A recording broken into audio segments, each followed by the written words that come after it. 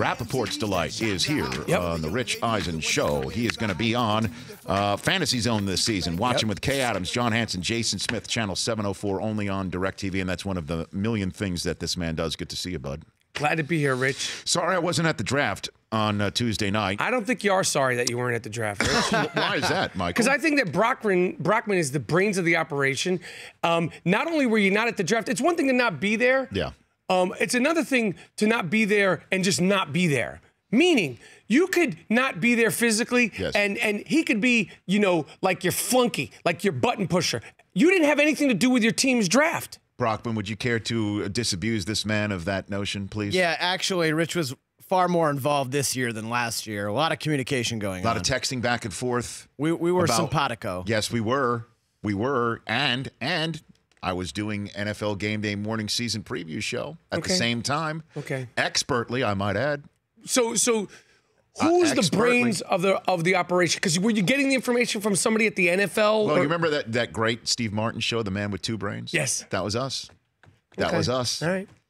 I'm predicting my team. I won the draft again. You were first overall. That was David Johnson was a no-brainer. Yeah, I sped it along. Right. Yeah. And then you were 20 after that. Do you remember who you took? Or how many? Because you got in a million leagues. I'm sure you can't even remember. I came back and I took was it Doug Baldwin. Doug Baldwin. And I made a decision. We were texting back and forth thinking that we were going to get him.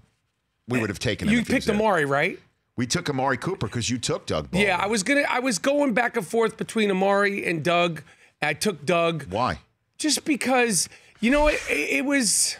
I have Amari in my other leagues, and I was like, this is such easy work, like playing against you. Like I was like, I'm gonna go with Doug, and I feel like Doug Baldwin, although the offensive line of Seattle is questionable. Yes. Their offensive line is always questionable. They're gonna be, if not in the Super Bowl, very close to being in the Super Bowl. Doug Baldwin is a first-rate touchdown maker in the NFL. I agree. A first-rate. I agree. And he just doesn't get the credit because everybody thinks that the Seattle Seahawks offense is sputters way too much. So you got Brady as your quarterback, DeMarco Murray as your running back with David Johnson.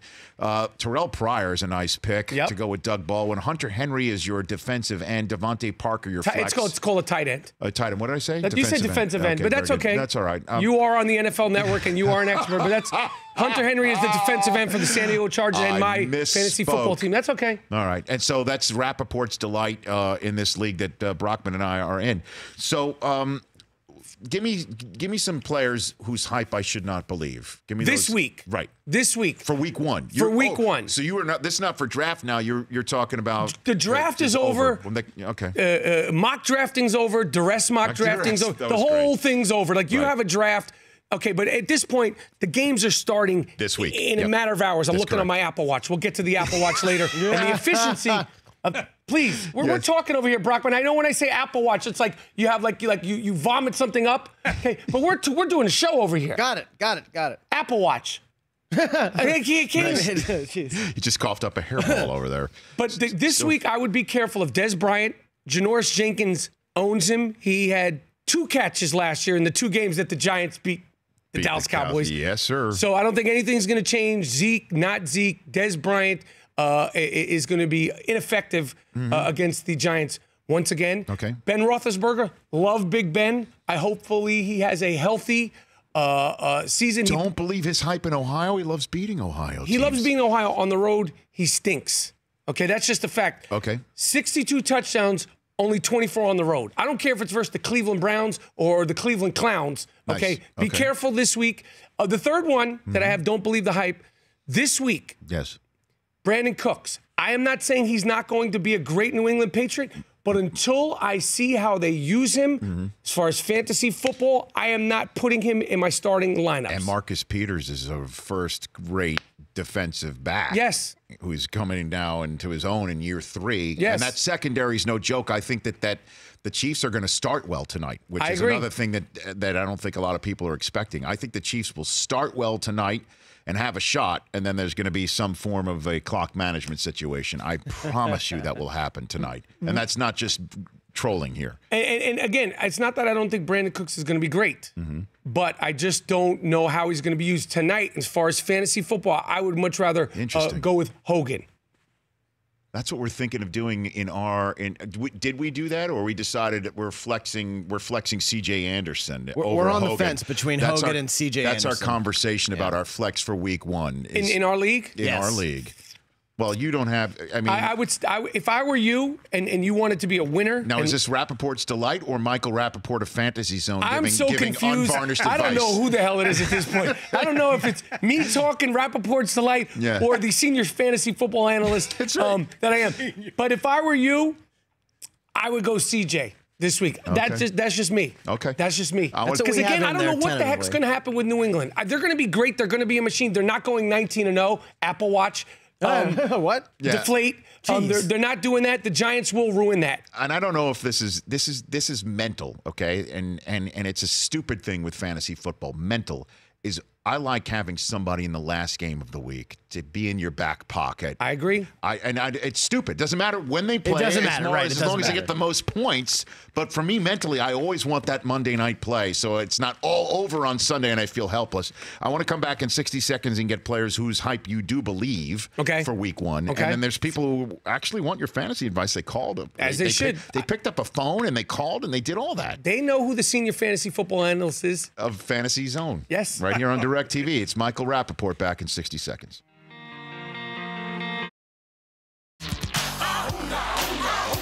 Yeah, this would be Michael Rapaport's walk-off song if he played in Major League Baseball. By the way, Aaron Judge hit home run number 39 in the first inning of the Yankees. They took a quick 3-0 lead in Baltimore. Is that still the score right now? I don't know what the score update is because I've been talking to Michael Rapaport. It's 4-0 Yankees now. Oh, 4-0. 4-0. Our Orioles-loving member of our staff just got on my ear. Wow. So I love the fact that he personally updated me on that score. Hashtag suck it. Michael Rapaport here on the show. Would you like to take some phone calls here? Love talking to the people. Oh, before we do that, actually, believe the hype. Whose hype should we believe this week? All right. Now, my cardinal rule number 1 in fantasy football is there are no feelings in fantasy football. There's no feelings. There's no friends. There's no sentimentality. Okay. That's my cardinal rule. But I am going to believe the hype this weekend with Adrian Peterson. If there is any semblance of any Adrian Peterson left, and Adrian Peterson, the running back for the Saints, it will happen this week. He's going back to the house that Adrian built. Everybody knows this. Yes. If Adrian Peterson is going to have a productive year in any way, shape, or form, it will happen this week. But the problem is, though, is that he was named co-starter with Mike Ingram this week, and then there's Alvin Kamara sitting there. I know. So you have no, I said I was breaking cardinal rule number 1. I know that, but the question is that's the problem with fantasy plays in also baseball. When Joe Madden used to manage, for instance, the Tampa Bay Rays, you had no idea who the hell he was starting because he's doing his Joe Madden things. So you even Evan Longoria wasn't a safe play sometimes because you have no idea what the hell he was going to be doing with him.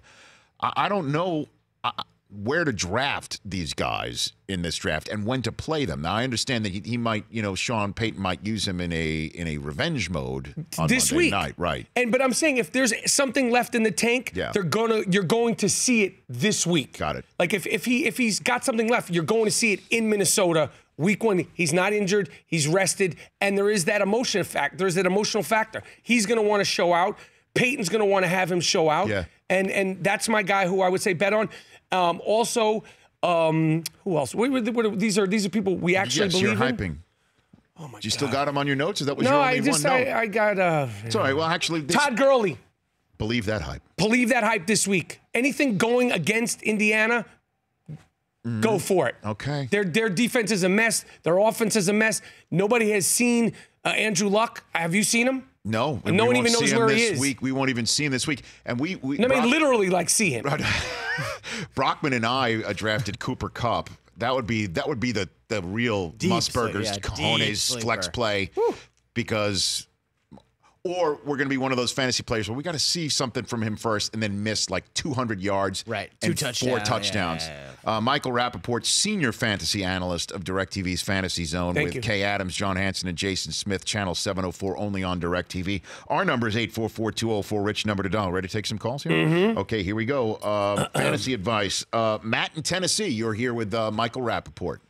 Hey, what's up, Rich? What's up, Mike? How you doing? Thank you. Hey, Hey, pretty good, man. I kind of want to run by you my team real quick and see what you think about it. And then also tell you about the person who loses. Okay. In the fantasy bet. Go real quick, Matt.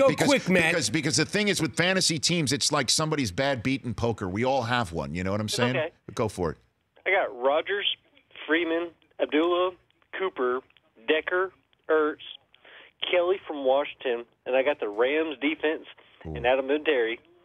We picked up the Rams defense this week because I think they're going to have a field day against Scott Tolzien. I do too. Yeah. Okay. They're a mess. And what's your question? Because you have access to a great fantasy mind here, and if you just want to like shake hands and say, yeah, that's a fine team, we can do that. But if I were you, I'd ask me some advice because you're getting it for free. Well, see, I got either Zach Ertz or Kobe Fleener. What do you think? Zach Ertz. Okay. Zach Ertz. That's what I thought too. But can I tell you guys whoever loses the league this year? Quick, man. Oh, okay. Don't make it normally nervous. the last few years, whoever draws a number gets to choose the penalty, right? Okay. Okay. Well, I've lost the last few years in March Madness, but this year I got to draw the number. Yeah. Okay. And. Yeah. Okay. So the loser has to dress and drag. I do that every day. That's not a punishment. No. He looks like Mrs. Doubtfire sitting here right now, Matt. And challenge a cop to a dance-off. And you got to find one that actually has to accept it. Thank you, Matt. Appreciate it. There you go. Did you just cut him off, Mike? Yeah, I didn't know where that was going, man. Robert in Fresno, California. You're on with Michael Rapaport here on the Rich. What's up? What's up, Robert? Yeah, Mike, how are you guys doing? Hey, Bobby, how you doing? I'm good. Hey, so I drafted 2 weeks ago, and 2 days after my draft, my number 2 running back that I took as my 6th-round pick, Spencer Ware, decides to blow his knee out for the season. I'm going to stop you right now. Okay? It's amateur hour. You had your draft in July? Okay? You're talking to senior fantasy football analysts. I'll stop you right now, man. I blame you. I blame your league. I blame your friends that are in the league and their spouses. I blame you. You're responsible for this. You don't do your draft in July. What's the matter with you? You want to come complain to Rich Eisen about it? We did it 2 weeks ago. That's July, right? August. What's your quick question, Robert? What do you got? Who besides Kareem Hunt should I look to try and replace him? Because the manager, Kareem Hunt, is not going to let him go. Okay, there you go, Rob. Well, what was the question? Well, what about the kid from, thanks for calling. What about the kid from Seattle that our listener threw out there? Right? The third stringer on Seattle, who he said is going to be, it's the Google in front of you, Chris. You want to look up what the third stringer of Seattle's running back is? I don't know what you were doing. Chris Carson. He's talking about running backs, this guy? He said Chris Carson may be a guy. This week? Fourth guy. He's the fourth string. I mean, CJ Pro size. I mean, if you're in a league, you got to start looking really deep. That's my biggest improvement this year. Which is what? Is waiver wire, picking up guys early. That's the biggest thing for me as a fantasy football player / expert / senior analyst. That's what I'm improving. I gotta say, I very rarely say this to the listenership or viewership of this show because you're going to be here a lot this fall. If we're going to open the phone lines up, you got to be quick, you got to be concise, you got to be direct. I don't want to hear your team, and I don't want to hear your tales of woe and whether you're going to be doing the bird cage with a cop or anything like that. All right? Rich, don't be humble with it. They have a chance to talk to Rich Eisen and get some advice. I'm just saying, right? Therapy? You're not. Don't call here for therapy. We're not doing mental health therapy here. What is your take, Michael Rapaport, on the iWatch situation with the Red Sox and the Yankees? When I say Pete Rose, I mean Pete Rose. Now, we don't know who did what, okay? But Pete Rose is down in Vegas signing autographs for $15 a pop. He's been thrown out of baseball. I know stealing signs is sort of, okay, but you can't cheating. That's just lazy cheating. If you're going to cheat, do it like a man, okay? Now, I don't know exactly what happens. It hasn't been documented. It hasn't been, sort of come to terms with it. But as far as I'm concerned, if that coach is stealing signs with an iWatch, he should be out of baseball. Straight up and down. Like, even little leaguers, and they're all on their watches and their phones, even they wouldn't do something as conniving and dastardly as that. Ooh. Boston sports should be ashamed of themselves. When will it end? Did you hear what Dustin Pedroia said about it? What did he say? He said, we're here to play baseball. We have a 3.5 game lead in our division. Other than that, nobody gives it an S. Yeah, I give an S. Dustin Pedroia. You know, of course, a white guy with a motor would say that. He's just worried about guy with a motor. You know what? I give an S. And I'm with CC Sabathia. Maybe I meet you in center field, tough guy. I don't like it. I think that it's, honestly, when they figure it out, if that coach was doing that, bye-bye. You send him down to Vegas and bring Charlie Hustle back to the major leagues. I think when you bring technology into the equation like that, that's but if you're on second base and the signs are so easily to be stolen. That's great. Okay. God bless you. You could do that in basketball. You could do it in football. Right. I'm doing signs here. But let's say you're saying to me, Rapaport, I'm dying here. I need a piece of advice. Okay? And Brockman's over there like, yeah, tell him to pick up Chris Hogan. And I go, well, you know, Rich, you know, Chris Hogan, you're going to be like, I thought you were a senior fantasy football analyst. You think when I'm doing... When I'm giving advice, that just bounced off the chair. Yeah, they bounce. You could steal signs off of it in Major League Baseball. If you're a professional baseball coach, why do you even have a watch on? Focus on the game, cheater. Because the time's on the scoreboard. The time's out there. Who needs to know what time it is? Cheater, Dustin Pedroia. We're just focused. We'll see you in the playoffs. Karma is a B. And it's not a P, Pedroia. Karma's a B, and he doesn't give an S. Nope. I love it. I love it too. I think it's. I mean, what do you think about it, Rich? I'm not even a baseball guy. No. I said that once you start conniving using a watch, that is beyond the pale, especially since it says it doesn't say anything in the rules about not stealing signs. It says something in the rules about not being able to have technology in the dugout. So you want to go on record on throwing this bum out as well? I don't think about throwing the bum out, but I think that they should. Oh, what, the trainer? The trainer. Well, that's the same way. Like the guy who apparently stuck pins in a football, he should be ejected from football forever. Oh, you mean the ball boy? The ball, whatever the heck he was. We haven't seen or heard. We haven't seen or heard from him because I think he's on a fat farm. He's losing weight, right? Yeah, he's a deflator. That's what he was talking about. Yeah, where is that guy? You mean science? No, that guy. What's his name? Yastrzemski. Where is that guy? Where did he disappear to? Yastrzemski. I don't know. Yeah. He's someplace in New Hampshire. Yeah, I'm sure he is. I'm sure Tom Brady got him in a nice cabin, tucked away somewhere really nice. By the way, it was Yastrzemski, wasn't it? The difference? Well, it was a J is silent. Yeah. Oh, was it? You're a gentleman, man. You want to go out of your way to pronounce this deflating cheater's name correctly? It's whatever we call it, Rich.